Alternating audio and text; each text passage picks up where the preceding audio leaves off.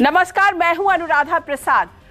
अगस्त 2019 में जम्मू कश्मीर से अनुच्छेद 370 हटाने के 2 साल बाद अचानक मोदी सरकार ने सूबे के नेताओं को बातचीत के लिए दिल्ली बुलाया और नेता आ भी गए। इस बैठक पर देश ही नहीं दुनिया की भी निगाहें लगी हुई थी। तो बैठक में क्या क्या हुआ, क्या बात हुई, उस पर बातचीत करने के लिए जम्मू कश्मीर के सबसे बड़े चेहरों में से एक गुलाम नबी आजाद आमने सामने में मेरे साथ हैं। आपका बहुत बहुत स्वागत है गुलाम नबी साहब। बहुत बहुत धन्यवाद अनुराग जी। जी जी। अच्छा, तो बैठक आप लोगों ने अटेंड की, तो ऐसा बैठक में 24 जून को बुलाया गया, मतलब एकदम सडनली सब कुछ हुआ। ऐसा क्या हुआ? किसने बात शुरू की कि संवाद होना चाहिए? किसने आपको न्योता दिया? अब ये सत्य है कि बहुत समय के बाद 2019 अगस्त को ये घटना हुई और आज 2021 जून है, तो तकरीबन 2 साल हो रहे हैं। तो अचानक गृह मंत्रालय से होम सेक्रेटरी का टेलीफोन आया और उन्होंने कहा इस तरह से प्रधानमंत्री जी मीटिंग करना चाहते हैं।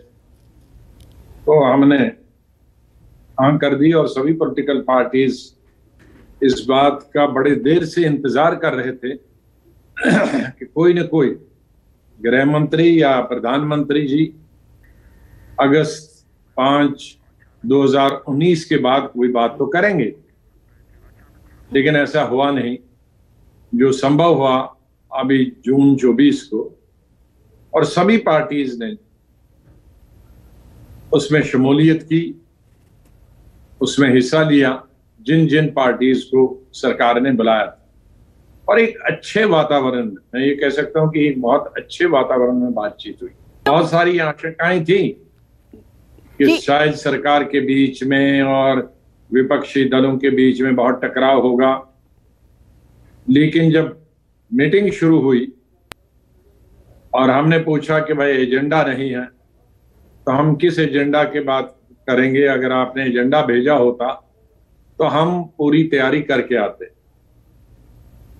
लेकिन गृह मंत्री ने बताया कि एजेंडा आपके हाथ में है, जितने भी लीडर आए हैं जिस बात पे भी बात करना है, जो भी बात करना है खुल के बात करें। और प्रधानमंत्री हर बात को सुनने के लिए तैयार है, और कोई भी अगर आक्रोश वाली बात है उसको भी सामने रखें, उसको भी सुनने के लिए तैयार है। तो बहुत कुछ अचानक हो गया गुलाम नबी जी, बहुत कुछ अचानक आप लोगों को बुलाया गया। अचानक कहा गया कि आप 24 तारीख को मीटिंग है। अचानक गृह मंत्रालय से फोन आया, अचानक प्रधानमंत्री जी आप सबसे मिलने लगे। अचानक ये कहा गया कि एजेंडा कुछ नहीं होगा, और अचानक ये भी कहा गया कि कड़वी बात भी सुनने के लिए प्रधानमंत्री तैयार हैं। तो ऐसा 2019 के बाद, अगस्त 2019 के बाद अचानक ऐसा क्या हो गया कि लग रहा है कि जैसे सरकार चुनाव कराने के लिए तैयार है? तो मेरे ख्याल में 2019 में भी ये बिल अचानक लाया गया था, तो इसका अचानक से कोई संबंध है। वो भी अचानक लाया गया था और ये मीटिंग भी अचानक थी। तो मैं यही कहूंगा कि जैसे 2005 में ये जब बिल पार्लियामेंट में लाया गया था राज्यसभा में, तो उस वक्त भी इसका उल्लेख कहीं उस बिजनेस में नहीं था उस दिन की। तो अचानक गृह मंत्री जी ने इस बिल पे बोलना शुरू कर दिया।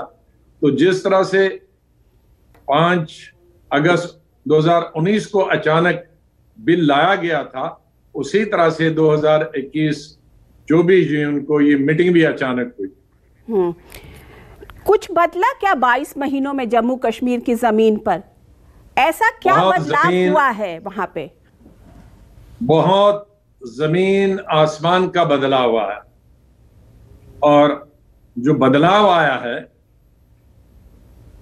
वो एक बहुत अच्छी स्टेट, खाती पीती स्टेट, खुशहाल स्टेट, डेवलपिंग स्टेट, जहां के स्वास्थ्य के आंकड़े शिक्षा के आंकड़े, दूसरी पैरामीटर्स बहुत कई राज्यों से बहुत अच्छे थे। तो मैं ये कहूंगा कि इन 2 सालों में एक अच्छी सी स्टेट को एक गरीब स्टेट में बदल दिया गया। हमारे कश्मीर और जम्मू के अलग अलग डेवलपमेंट के पैरामीटर्स हैं और हमारी जो इकॉनमी जो है उसको कंट्रीब्यूट करते हैं। जैसे कश्मीर है, कश्मीर पूरी दुनिया में और देश में आज से नहीं सैकड़ों सालों से कश्मीर पर्यटन के लिए जाना जाता। पर्यटन ठप का मतलब है कि सारे सैकड़ों बड़े छोटे होटल बंद हैं, उसमें जो मुलाजम करने वाले हैं उनकी छुट्टी की गई है। तो उसका मतलब है उसमें तो कोरोना का भी एक इम्पैक्ट रहा होगा। लेकिन आप ये कह रहे हैं कि एक बहुत अच्छा स्टेट जो कि एक डेवलपिंग स्टेट था जम्मू एंड कश्मीर, और वो बिल्कुल कंगाली के कगार पे आ गया, वहां पे लोगों के पास काम नहीं है, वो सब सही है। लेकिन मैं ये समझना चाह रही हूँ कि प्रधानमंत्री या गृह मंत्रालय या गृह मंत्री तो ये कहते हैं कि हमने जो 22 महीनों में किया, हमने मिलिटेंसी को खत्म कर दिया, हमने वहां से जो ये इस तरीके हुर्रियत गैंग को खत्म कर दिया। तो ये तो एक बहुत बड़ी चीज है ना। अगर आप रेस्ट ऑफ इंडिया के पर्सपेक्टिव से देखेंगे तो कश्मीर तो विन विन है। देखें, मिलिटेंसी तो सीज फायर की वजह से बंद है और सीज फायर कोविड की वजह से बंद हुआ है, तो इसलिए ये नहीं कह सकते। और मैं आपको बताऊं, मिलिटेंसी जब हम थे उस वक्त भी तकरीबन खत्म हो गई थी। उसके लिए मैं आपको बताऊं कि जब से गवर्नर रूल आया था और एलजी रूल आया था, मेरे वक्त में जितनी मिलिटेंसी उससे 3 गुना मिलिटेंसी हो गई, और जो सीज फायर वायलेशन है वो तो 10 गुना ज्यादा बढ़ गए। तो ऐसा गलत है ऐसे, और वो हम पार्लियामेंट में सब उसमें अब पुरानी बातों को हम नहीं दोहराना चाहते हैं। हम दोहराना ये भी चाहते हैं कि हमने स्वास्थ्य के आंकड़े भी सदन में बताए हैं कि कितने हिंदुस्तान के जो पैरामीटर्स हैं उसमें हम कितना ज्यादा थे और आज कहाँ हैं जी। एजुकेशन पैरामीटर्स कहाँ थे ये पहले और आज कहाँ है जी। हम आज उस विवाद में नहीं जाते हैं। अगर गिनेंगे तो फिर वही कहेंगे कि आज के सिस्टम में हमारा health, education, development, tourism, infrastructure, industries, मैंने सदन में भी बताया था, कल भी बताया था कि इस 1.5 साल में जम्मू की 65% इंडस्ट्रीज जम्मू की बंद हो गई है 1.5 साल में जी। लेकिन गुलाम नबी जी, इंडस्ट्री आई कहाँ? हमने मीटिंग में भी ये बताया कि हमसे प्रॉमिस किया गया था कि नए उद्योग आएंगे। नए उद्योग तो सवाल ही नहीं, लेकिन 65% उद्योग बंद हो गए जी। लेकिन प्रधानमंत्री जी नया कश्मीर बनाने की बात कर रहे हैं। वो कह रहे हैं कि दिल्ली और दिल की दूरी को कम होना चाहिए। तो इस पे तो आप सबको भरोसा करना चाहिए। देखो, भरोसा तो हम 7 साल से कर रहे हैं। हमने कब कहा हमें प्राइम मिनिस्टर पर भरोसा नहीं है? लेकिन हमें पुराना कश्मीर ही चाहिए, वो मैं बोल जा, क्योंकि पुराना कश्मीर बहुत अच्छा था। नया कश्मीर में तो कुछ है ही नहीं वहां। लेकिन अब मैं पहले फिर बताता हूं कि अब हम पुरानी चीजों में नहीं जाते हैं। मैं पार्लियामेंट में वो सब बार बार कह चुका हूं, तो उसको दोबारा नहीं कहना चाहता हूं। लेकिन ये जरूर है कि अब एक नई शुरुआत, हम सब पॉलिटिकल पार्टीज ने पुराना जो टकराव का रास्ता था उसको छोड़कर हमने कंस्ट्रक्टिव बातें की हैं मीटिंग के अंदर, और सरकार की तरफ से भी कंस्ट्रक्टिव अप्रोच रही, गृह मंत्री की तरफ से भी, प्राइम मिनिस्टर की तरफ से। अब ये सरकार तक है कि वो इसको आगे कैसे चलाता है। लेकिन एक बात बताइए, आपने कहा कि पुरानी चीज को हमें छोड़ना पड़ेगा और अगर दिल की दूरी को कम करना है तो रास्ते आगे बनाने पड़ेंगे, सही? तो इसमें क्या अब आपको लगता है कि 370 पर बात नहीं होनी चाहिए? क्योंकि उस मीटिंग से निकलते ही महबूबा मुफ्ती ने यह कहा कि जब तक 370 नहीं तब तक बातचीत नहीं। देखो, बातचीत तो हुई, अभी की मीटिंग भी तो 370 के बगैर ही हुई। लेकिन उसमें हर पार्टी का अपना लेकिन 370 के बगैर चुनाव नहीं। बेसिकली महबूबा मुफ्ती ये कहना चाह रही कि 370 को वापस लाइए। मैं किसी पॉलिटिकल पार्टी को रिप्रेजेंट नहीं करता। हमारी पार्टी ने वहां जो बोला अंदर, हमने बोला कि ये दो बड़े घटनाएं अगस्त में हुई थी पार्लियामेंट के अंदर। एक 370 को खत्म किया गया था और दूसरा स्टेट को दो हिस्सों में बांटकर 2 यूनियन टेरिटरी बनी।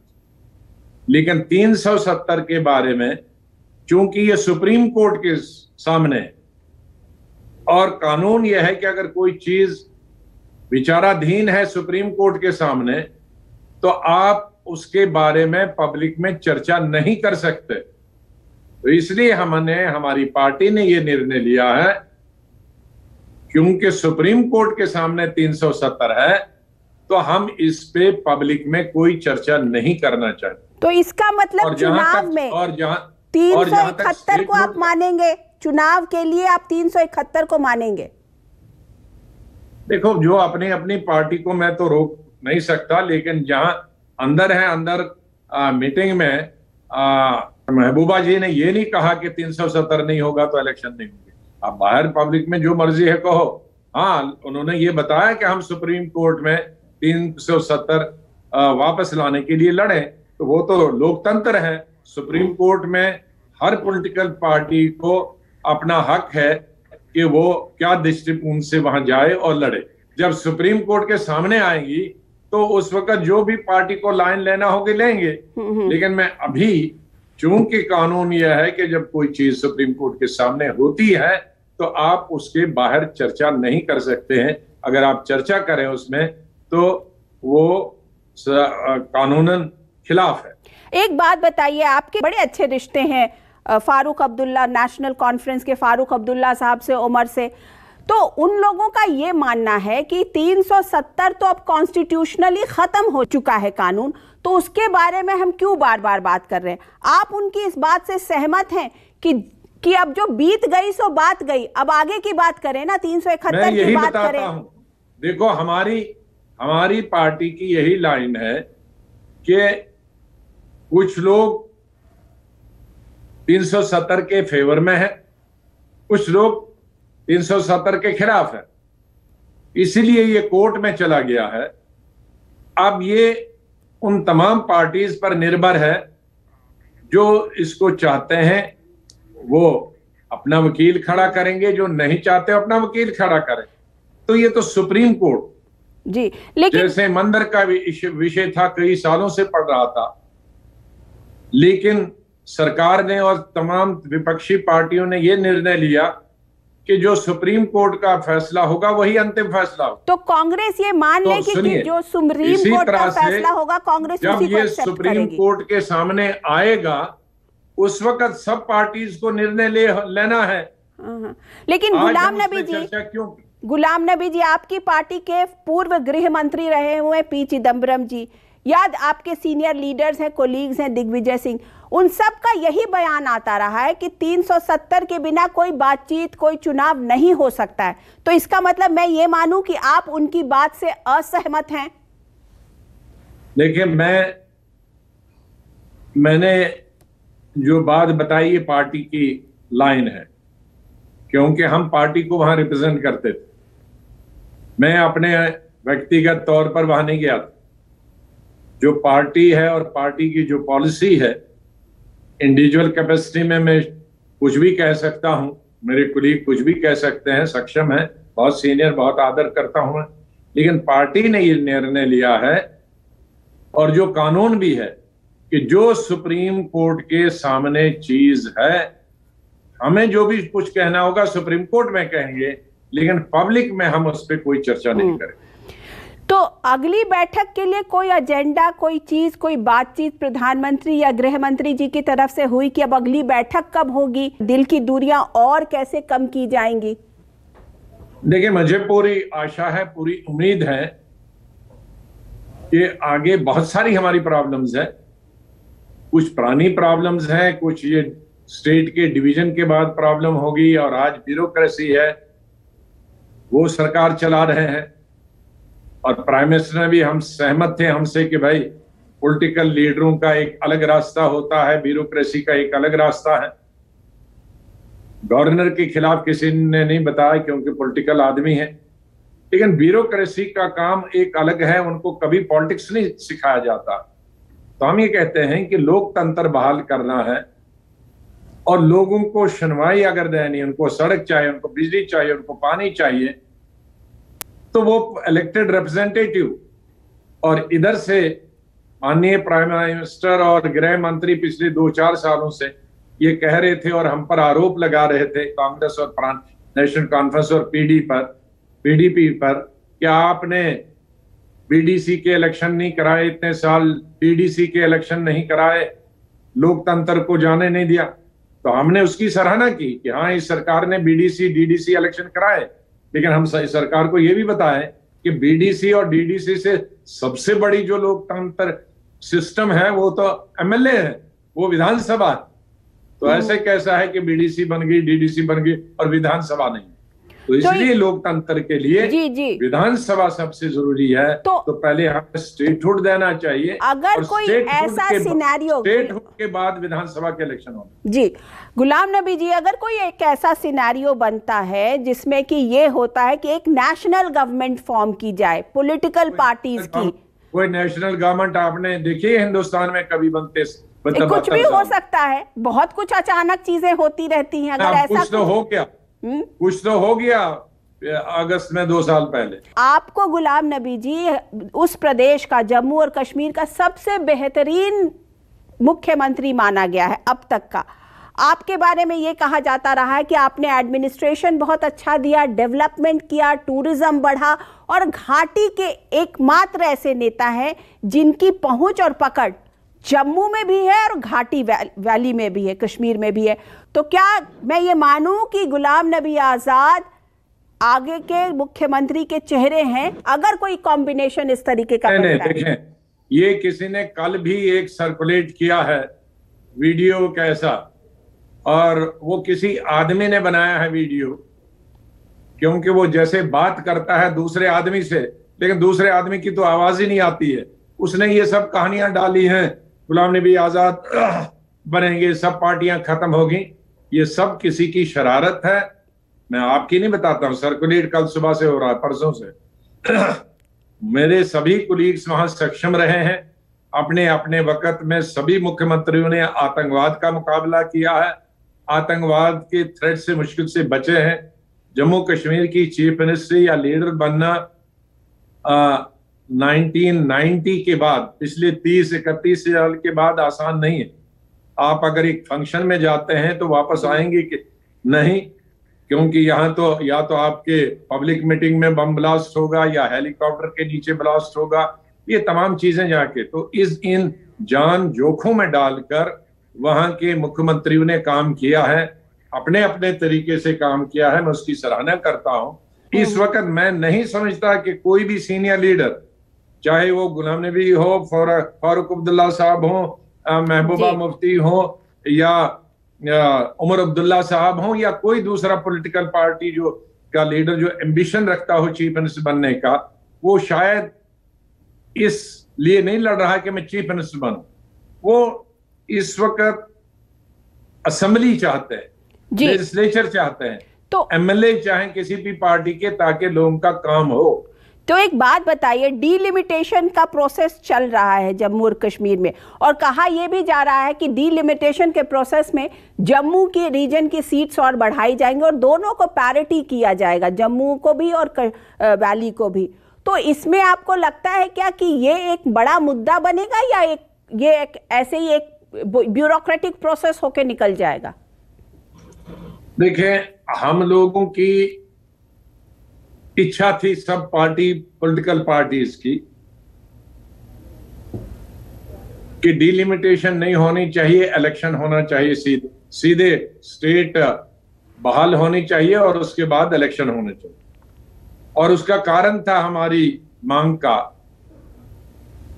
कि 2 साल पहले, 1 साल पहले जम्मू कश्मीर और नॉर्थ ईस्ट के कुछ राज्यों की डिलिमिटेशन इकट्ठे अनाउंस की गई थी। लेकिन जब असम का इलेक्शन आ गया नजदीक तो उससे 3-4 महीने पहले वो स्थगित की गई, पोस्टपोन की गई वहां की डिलिमिटेशन और इलेक्शन किया।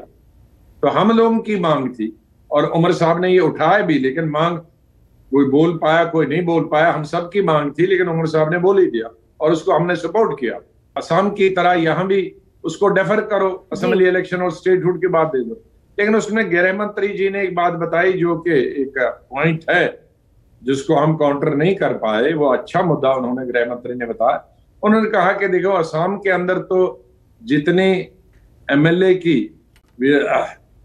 संख्या थी न वो कम हुई है न बढ़ी है, लेकिन जम्मू कश्मीर में 7 सीटें बढ़ गई हैं। जम्मू और कश्मीर में तो वो 7 सीटें जो बढ़ी हैं वो कहां से इलेक्शन लड़ेगी? उनके लिए तो कोई कॉन्स्टिट्यूंसी निकालनी पड़ी। तो मैं व्यक्तिगत तौर पर समझता हूं वो बात तो ठीक है। इसका मतलब कि केंद्र सरकार में और जो बीजेपी की जो हमेशा से मांग रही है पॉलिटिकल पार्टी की कि दोनों की पैरिटी होनी चाहिए जम्मू और कश्मीर की, उसको आप कहीं ना कहीं इंडोर्स करते हैं। ना इसमें जम्मू का कोई लोग कुछ कर सकता है, ना कश्मीर का, और ना केंद्रीय सरकार।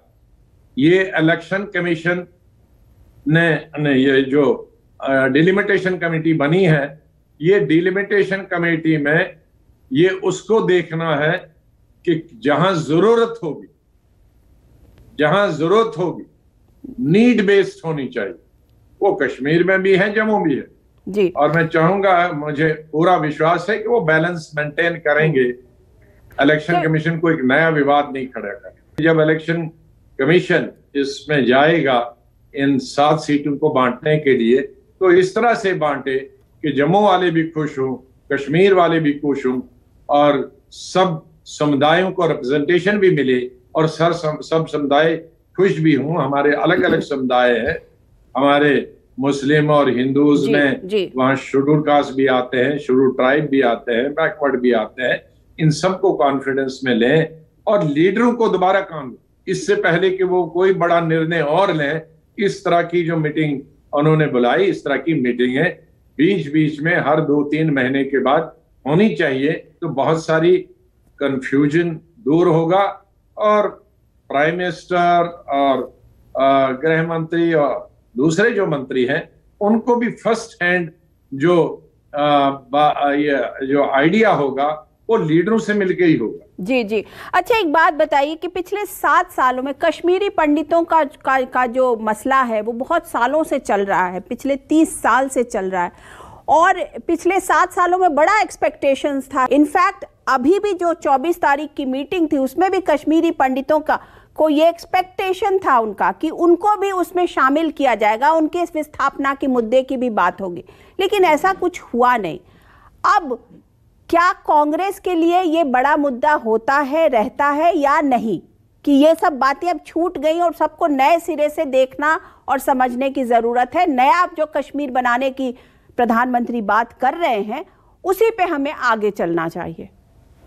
देखिए, ये देश के सामने और जम्मू कश्मीर के सामने एक बहुत बड़ा मुद्दा। जब मैं चीफ मिनिस्टर था, मनमोहन सिंह जी यहाँ प्राइम मिनिस्टर थे, हमने कुछ प्रयास किए थे। मैंने जम्मू में खुद 3 दिन हेलीकॉप्टर लेके जगह ढूंढी थी उनके विस्थापन के लिए और एक दरिया के किनारे 1 किलोमीटर निकाली थी, तो 20,000 वहां लोगों के लिए 5,000 के करीब क्वार्टर बनी जिसमें 20,000 लोग आए और प्रधानमंत्री जी ने मुझे कुछ 600-700 करोड़ उसके लिए दिए थे और हम लोगों ने, और प्रधानमंत्री जी ने उसका उद्घाटन किया, फाउंडेशन स्टोन मैंने रखा था। तो 2-2.5 साल के अंदर अंदर हमने बनाए, फिर अलग 2,000, 3,000 और अलग जगहें बनाए, कश्मीर के अंदर बनाए। प्राइम मिनिस्टर से हमने रिक्वेस्ट किया कि आप उनकी एम्प्लॉयमेंट के लिए करिए, तो प्राइम मिनिस्टर ने 6,000 पोस्टें मुझे मनमोहन सिंह जी ने दी और 3,000 तो पोस्टें मेरे वक्त में ही भरी गई थी क्योंकि बहुत लोग कम अप्लाई करते थे। पहले उनका था कि हम कश्मीर में नहीं नौकरी करेंगे और जगह, फिर वो हमने छूट दी थी। तो बहरहाल हमने उनके रहने के लिए भी, उनके स्थापन, उनके अकोमोडेशन के लिए भी, उनकी एजुकेशन के लिए भी पूरे हिंदुस्तान में रिजर्वेशन हुई थी। कॉलेजेस में, यूनिवर्सिटीज में, मेडिकल कॉलेजेस में हमारे ही वक्त में उसमें बहुत सारे हजारों लोग पढ़े। और जम्मू कश्मीर में एम्प्लॉयमेंट के लिए भी उनके लिए विशेष 6000 नौकरियां की गई थी। लेकिन हमें उम्मीद थी कि अभी ये 7 साल में, क्योंकि बीजेपी ने उसको ज्यादा बहुत एक्सप्लॉइट किया था, तो इस वक्त में कुछ ज्यादा होगा, लेकिन 7 साल में हुआ नहीं। मुझे बहुत अफसोस है। इसलिए मैंने ही कांग्रेस पार्टी की तरफ से जो 5 हमारे मुद्दे हैं, उन 5 मुद्दों में कश्मीरी पंडितों को वापस कश्मीर लेने की बात की है। और हम कमिटेड हैं और हम इसमें पूरी सरकार की सहायता करें। उनको लेना चाहे कश्मीर में, जहां उनको जगह आए, इकट्ठे रहे। बीजेपी का मुद्दा छीन रहे हैं आप लोग। सुनिए, स्वागत करने, बीजेपी का मुद्दा छीन रहे हैं आप बीजेपी के हाथ से। हम किसी से कुछ नहीं छीन रहे हैं, न हम किसी से कुछ छीनना चाहते हैं, और न हम इसमें ये कहना चाहते हैं कि हम लंबी कभी लकीर खींचे। हम इनने इसीलिए कहा कि आइए हम मिलके इसको करें, ताकि क्रेडिट एक पार्टी न ले, फिर ये वो मैंने किया।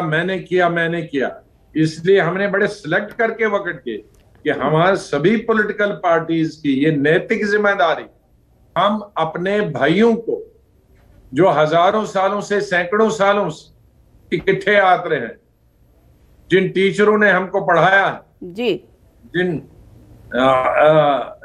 यूनिवर्सिटीज में, कॉलेजेस में, स्कूल में, आज वो हमसे बाहर है, हमको अच्छा नहीं लगता। जी, तो एक बात बताइए, अब मैं एक आपसे ये सवाल पूछना चाह रही हूँ कि वहां से निकलते, मीटिंग से निकलते ही महबूबा मुफ्ती ने पहले कहा, और उससे पहले भी कहा, और अभी भी शायद पीडीपी के और लीडर्स भी कह रहे हैं कि बिना पाकिस्तान से बातचीत के ये बातचीत जो है वो बेमाने है। आपकी पार्टी के नेता सैफुद्दीन सोज ने भी पाकिस्तान से बातचीत करने का समर्थन किया है। अब सवाल ये उठ रहा है कि पाकिस्तान से अगर फिर से बातचीत होगी तो इसको ये फिर मसला फिर वहीं का वहीं तो आ जाएगा, फिर पाकिस्तान घुसेगा, फिर पाकिस्तान।